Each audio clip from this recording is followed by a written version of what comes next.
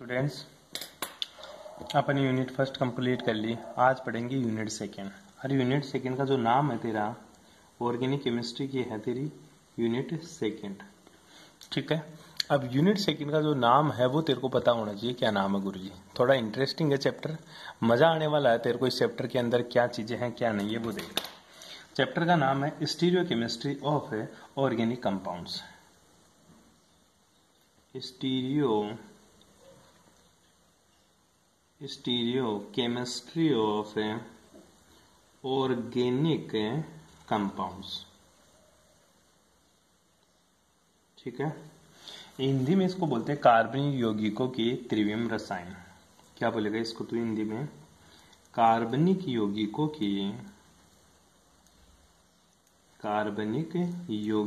के त्रिविम रसायन। ठीक है, ये चीज है तेरी। मोटी बात समझे। पहली बात तो गुरुजी कार्बनिक यौगिक, ध्यान रखना बेटा।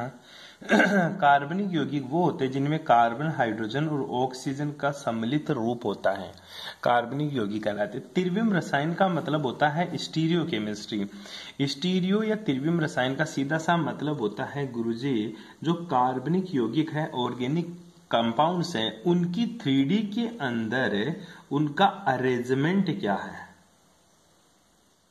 क्या है बेटा? 3D के अंदर उनका अरेंजमेंट क्या है, वो किस हिसाब से 3D के अंदर पड़े हैं, वो ही तेरी क्या कहलाती है? Stereo chemistry. बैठ गई बात समझ में? सिंपल सी बात है। स्टीरियो केमिस्ट्री का सीधा सा मतलब होता है कि गुरुजी कोई भी ऑर्गेनिक कंपाउंड्स जिसमें 3D, जिसका 3D के अंदर अरेंजमेंट कैसा है, वो उसकी स्टीरियो केमिस्ट्री है। जैसे तेरी स्टीरियो केमिस्ट्री की बात करूं तो तू 3D के अंदर कैसा दिखता है, वो तेरी स्टीरियो केमिस्ट्री है। और तू होता ही हमेशा 3D के अंदर है। बैठ गई बात समझ में? अब इस चैप्टर के अंदर जो चीज पढ़ेंगे ना, वो अपन पढ़ेंगे बेटा जी त्रिविम रसायन। और त्रिविम रसायन पढ़ने से पहले तेरे को एक डेफिनेशन आनी चाहिए बेटा, उसका नाम है समावयवता। क्या नाम है बेटा? समावयवता। इंग्लिश में इसको आइसोमराइजेशन बोलते हैं। क्या बोलेगा इसको? आइसोमराइजेशन।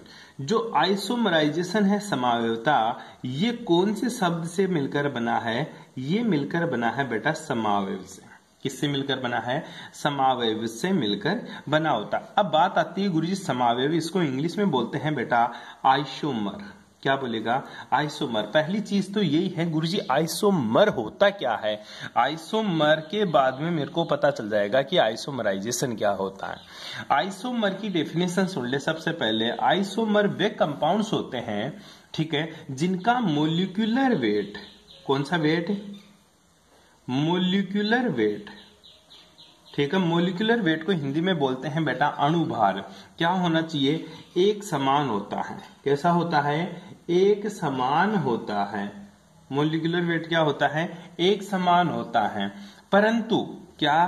परंतु उसकी जो फिजिकल प्रॉपर्टीज है, कौन सी प्रॉपर्टी बेटा? फिजिकल और केमिकल प्रॉपर्टीज। कौन सी प्रॉपर्टी? फिजिकल और केमिकल प्रॉपर्टी। जी हिंदी में बोलते हैं इसको, जिसके भौतिक तथा रासायनिक गुण। कौन से गुण बेटा?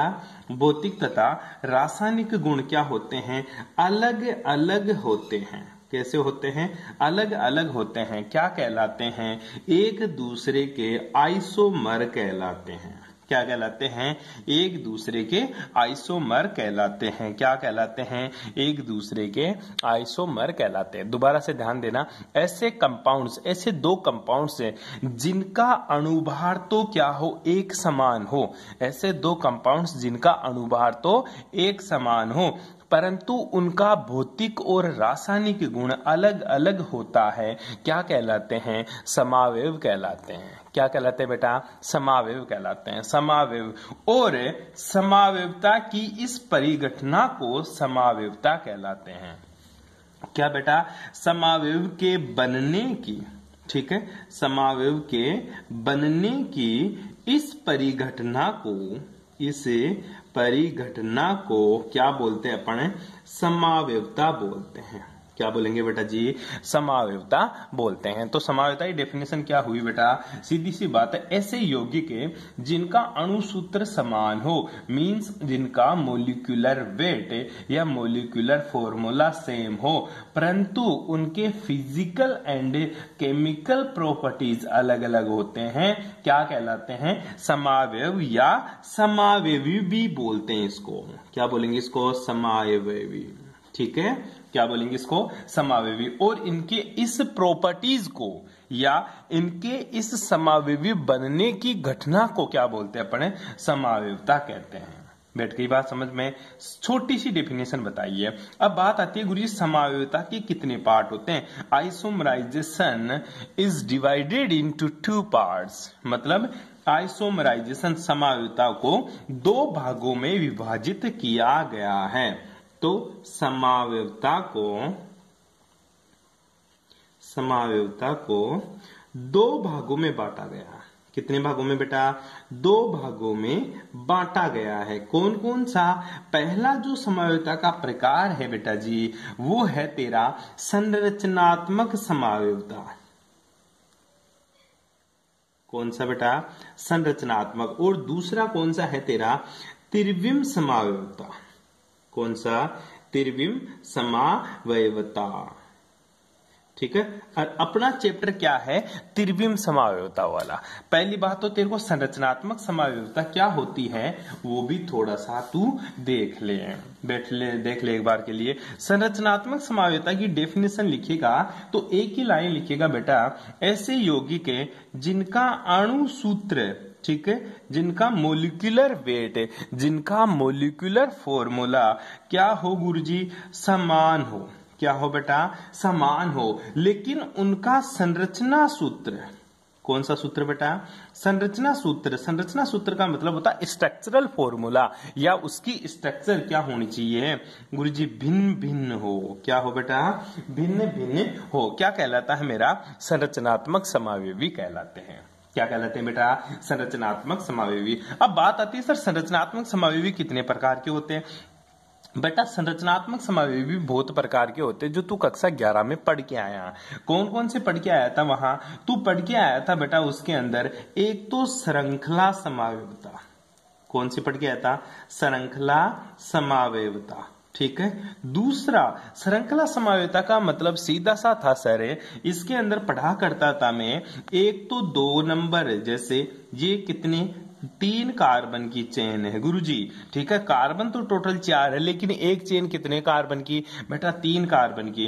और दूसरी चेन कितने कार्बन की गुरुजी, 4 कार्बन की चेन है। तो ये दोनों एक दूसरे के श्रृंखला समावयवी होते हैं। क्या होते हैं, श्रृंखला समावयवी होते हैं। बैठ गई बात समझ में। दूसरी जो श्रृंखला समावयवी को बोलते हैं बेटा अपन चेन आइसोमराइजेशन। क्या बोलते हैं इसको, चेन, क्या बोलेगा, चेन आइसोमराइजेशन। ठीक है, अपने काम की नहीं है। बी कौन सा होता है, स्थिति समावयवता। स्थिति समावयवता, स्थिति समावयवता को इंग्लिश में बोलते हैं बेटा पोजीशन आइसोमराइजेशन। क्या बोलेगा, पोजीशन आइसोमराइजेशन। ठीक है, स्थिति समावयवता का मतलब सीधा सा है गुरुजी, जो फंक्शनल ग्रुप है उसकी स्थिति बदल जाए। जैसे मैंने यहां पे क्या लगा दिया गुरुजी, यहां पे डबल बॉन्ड ओ लगा दिया, या फिर मैं C single bond C double bond O यहां लगा दूं, तो पहले तो 2 नंबर पे था, अब फंक्शनल ग्रुप 1 नंबर पर है। तो क्रियात्मक समूह की अगर स्थिति बदल जाती है तो उसको स्थिति समावयवता बोलता हूं मैं। बैठ गई बात समझ में। सी कौन सा है, सी आता है तेरा क्रियात्मक समूह समावयवता। क्या बेटा, क्रियात्मक समूह समावयवता, समूह समावयवता। इसको इंग्लिश में बोलते हैं फंक्शनल ग्रुप। क्या बोलेगा, फंक्शनल ग्रुप आइसोमराइजेशन। क्या बोलेगा? Functional group isomerisation. इसमें क्या होता है सर? बेटा ध्यान से देखना, फंक्शनल ग्रुप आइसोमराइजेशन के अंदर फंक्शनल ग्रुप बदल जाता है। फॉर एग्जांपल मैं बात करूं CH3CH2OH, गुरुजी ये मेरा अल्कोहल है, एथेनॉल है। इसी को मैं बदल दूं CH3OCH3, ये क्या बन गया सर? ये मेरा ईथर बन गया, और ये क्या है? मेरा अल्कोहल है। देख ले फॉर्मूला सेम है, 1 2 कार्बन, 1 और 2 कार्बन, 3 2 5 और 6 हाइड्रोजन, 3 और 3 6 हाइड्रोजन, 1 ऑक्सीजन। तो गुरुजी फॉर्मूला तो सेम है, लेकिन क्रियात्मक समूह बदल गए, इसलिए इस समावेयता का नाम क्या पड़ गया? क्रियात्मक समूह समावेयता, फंक्शनल ग्रुप आइसोमराइजेशन। इसी के साथ तेरा डी चलता है बेटा, एक आता है मध्यावयवता। क्या आता है बेटा? मध्यावयवता। ठीक है, इसको मध्यावयवता। मध्यावयवता क्या होती है सर? मध्यावयवता का सीधा सा मतलब होता है सर, कोई फंक्शनल ग्रुप बिल्कुल बीचों बीच आ जाए, जैसे CH2 CH2 CH3 है। अब मैं बोल दूं CH3 CH2 OCH2 CH3, तो ये एक दूसरे के मध्यावयवी है, मेटामेरिज्म है। क्या बोलेगा इसको? मेटामेरिज्म। इंग्लिश में क्या बोलेगा इसको बेटा? मेटामेरिज्म। बिल्कुल बीच में आ जाए, पहले दूर दूर था, अब कहाँ गया? बीच में आ गया सर। इसी के साथ आगे की तरफ चलते हैं, तो वो आता है बेटा लास्ट, जो बहुत ज्यादा इंपॉर्टेंट है, याद करना है। हिंदी में बोलते हैं इसको चलावयवता। क्या बोलेगा इसको? चलावयवता। इंग्लिश में क्या बोलेंगे इसको? टोटोमराइजेशन। क्या बोलेगा इसको? टोटोमराइजेशन। टोटोमराइजेशन का मतलब होता है सीधा सा गुरुजी, जो कीटो फॉर्म है वो किस में बदल जाती है बेटा? इनोल फॉर्म में बदल जाती है। कैसे? जैसे मैं बात करूं CH3C डबल बॉन्ड O, और ये क्या है बेटा? CH3। तो गुरुजी ये कीटोन है, ये बदल जाए कैसे? ये बॉन्ड के इलेक्ट्रॉन ऐसे खींच ले, यहां से एक हाइड्रोजन यहां चला जाए, तो बन क्या जाएगा? CH3COH double bond CH2। इसको इनोल बोलते हैं, और इसको क्या बोलेगा? कीटोन। तो दोनों एक ही है, बस डबल बॉन्ड चल रहा है इसमें, इसलिए इसको चलावयवता बोलते हैं। क्या बोलेंगे इसको? चलावयवता। इंग्लिश में इसको टोटोमराइजेशन बोला करते हैं। तो देखिएगा संरचनात्मक समावयवता अपन ने कितने प्रकार की पढ़ी? गुरुजी श्रृंखला समावयवता। ठीक है, श्रृंखला बदल जाती है, एक 3 कार्बन की श्रृंखला है तो एक 4 कार्बन की। स्थिति समावयवता मतलब गुरुजी क्रियात्मक समूह की स्थिति बदल जाती है, पहले 2 नंबर पर डबल बॉन्ड O था, अब 1 नंबर पर आ गया मेरा। इसी प्रकार की क्रियात्मक समूह समावयवता, गुरुजी क्रियात्मक समूह ही बदल जाता है। इसमें देखो क्रियात्मक समूह अल्कोहल है, और इसमें क्रियात्मक समूह ईथर आ जाता है। फॉर्मूला सेम है, परंतु क्रियात्मक समूह बदल रहा है। मध्यावयवता को मेटामेरिज्म बोलते हैं। मध्यावयवता का सीधा सा मतलब होता है गुरुजी, कोई भी फंक्शनल ग्रुप बिल्कुल बीचों बीच आ जाए, उसको मध्यावयवी बोलते हैं अपन। ठीक है, चलावयवता का मतलब सीधा सा है, कीटो फॉर्म किस में बदल जाता है? इनोल फॉर्म में बदल जाता है, अर्थात डबल बॉन्ड चलता रहता है, पहले यहां था अभी यहां चला गया। बैठ गई बात समझ में? सिंपल सी बातें बताइए मेरे लाला अभी तक। अब पढ़ते अपन है दूसरी गुरुजी त्रिविम समावयवता, जो कि अपने ही कोर्स में है। ठीक है, अपने कोर्स में संरचनात्मक समावयवता नहीं है बेटा, अपने कोर्स में है त्रिविम समावयवता। ठीक है, अब त्रिविम समावयवता कितने प्रकार की होती है वो अपन अच्छे से पढ़ा। देखो त्रिविम समावयवता, त्रिविम समावयवता को इंग्लिश में क्या बोलते हैं? Stereo isomer. क्या बोलेगा रे? Stereo isomerisation. ठीक है, त्रिविम समावयवता। त्रिविम समावयवता 2 तरह की होती है बेटा तेरी। पहली जो होती है वो होती है तेरे प्रकाशिक समावयवता। हिंदी में इसको क्या बोलेंगे? त्रिविम समावयवता। क्या बोलेगा रे? त्रिविम समावयवता 2 तरह की होती है, और एपल होती है तेरी प्रकाशिक समावयवता। क्या बोलेगा इसको? प्रकाशिक समावयवता। ठीक है, और बीपोर बेबी कौन सी है? वो है बेटा तेरा ज्यामिति समावयवता। कौन सी है? ज्यामिति समावयवता। ठीक है। अब क्या बोलते हैं प्रकाशिक समावयवता को इंग्लिश में बोलते हैं बेटा ऑप्टिकल, क्या बोलेगा रे? Optical isomerisation. ठीक है। दूसरा ज्योमेट्रिकल आइसोमराइजेशन, क्या बोलेगा बेटा इसको? Geometrical isomerisation. ठीक है। यह अपने सिलेबस में है, यहां से शुरू अपना सिलेबस है स्टीरियो आइसोमर से। बैठ गई बात समझ में? अरे बैठ गई। सिंपल सिंपल सी बातें बताई, अभी तक मैंने कोई खास बात नहीं बताई। आगे चलते हैं अपन स्टीरियो आइसोमरिज्म में त्रिविम समावयवता। अब बात आती है गुरुजी सबसे पहले स्टीरियो आइसोमराइजेशन मतलब त्रिविम समावयवता की डेफिनेशन क्या होती है? क्या डेफिनेशन लिखिएगा, ध्यान से सुनना। ऐसे आइसोमर या ऐसे यौगिक जिनका आणविक सूत्र मतलब जिनका अणु सूत्र, क्या बेटा? जिनका अणु सूत्र मतलब मोलिकुलर फॉर्मूला। ठीक है। साथ में संरचना सूत्र, कौन सा सूत्र बेटा? संरचना सूत्र मतलब स्ट्रक्चर फॉर्मूला। दोनों क्या होने चाहिए गुरुजी? समान हो। दोनों क्या होंगे बेटा? समान होंगे। लेकिन इसका 3D के अंदर जो अरेंजमेंट है या इनके समूह का जो विन्यास है, समूह का विन्यास, क्या बेटा? समूह का विन्यास क्या होगा गुरुजी? अलग अलग होगा। ठीक है। कॉन्फ़िगरेशन ऑफ फंक्शनल ग्रुप है different arrangement and formula wait and structural formula equal होते हैं। बस ये बात को याद रखनी है। ठीक है। बैठ गई बात समझ में? कोई प्रॉब्लम नहीं होनी चाहिए बेटा इसमें। आई बात समझ में? अब इसके अंदर अपन दो पढ़ेंगे। पहला तो तेरा प्रकाशिक समावयवता और दूसरा तेरा ज्यामिति समावयवता जो अपने है। ठीक है।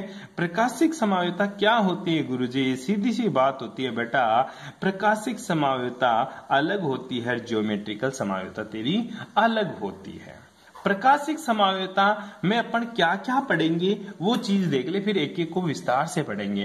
प्रकाशिक समावयवता में पहली चीज पढ़ूंगा गुरुजी में प्रतिबिंब, क्या बोलेगा बेटा? प्रतिबिंब समावयवता।